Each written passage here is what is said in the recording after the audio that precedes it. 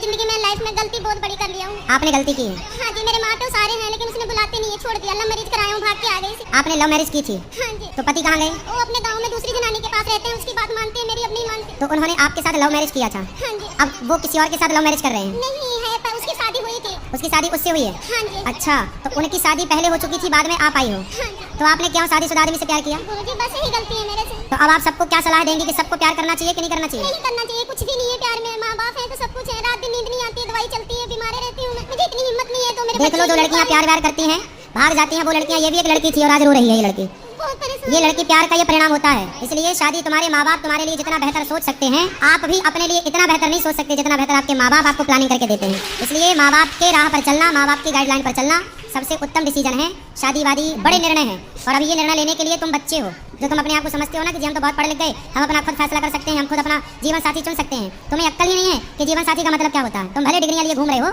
लेकिन जीवन का जो रियल अनुभव है वो तुम्हारे माँ बाप को ज्यादा, भले वो अनपढ़ है, पर जीवन जीने का अनुभव होता है। बेटा, आपने कितने साल पहले प्यार किया था? 15 साल हो गए गुरुजी। बच्चे हैं? ये सामने बैठे हैं, कुड़ी मुंडा है, बच्चा भी नहीं मानता मेरी बात। तो जब आपने अपने माँ बाप की नहीं मानी तो बच्चे से क्या उम्मीद करती हो कि वो माने आपकी?